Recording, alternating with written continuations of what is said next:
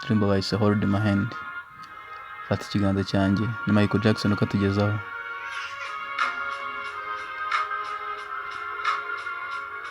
Michael Jackson afatanyije na Akon, Convict Music nibo bakatugejejeho. Ubuzima niho uzahora iteka ryose, fata ikiganza cyanjye. None mbwira dutegereje iki? Fata ikiganza cyanjye. Tuba tumeze neza iyo turi kumwe, fata ikiganza cyanjye. Gusa bari nta munezero tutari kumwe, fata ikiganza cyanjye. Kubera ko nahozeho nawe wahozeho mbere, turi kumwe dushaka gutuma ibintu biragenda neza. Kubera ko iyo bwije hakonje turafatana bukarinda bucya. Noneho rero mfata ikiganza cyanjye. Mukunzi nagusezeranya ko nzakora iyo bwabaga, fata ikiganza cyanjye. Ibintu bizagenda neza wowe nuramuka ufashe ikiganza cyanjye. Nta kizigera kitwitambika nuramuka ufashe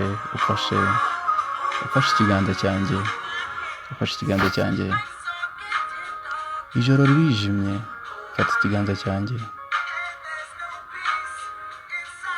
Kandi nta mahoro aririmo, fata ikiganza cyanjye. None kuki twatuma dukomeza gutuma ubuzima bukomera, turwanira urukundo iri joro?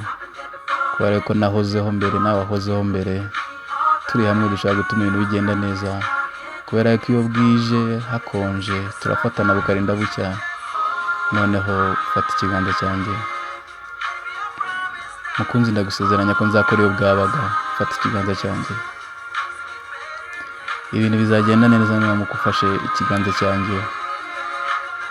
Nta kizigera kitwitambika nuramuka ufashe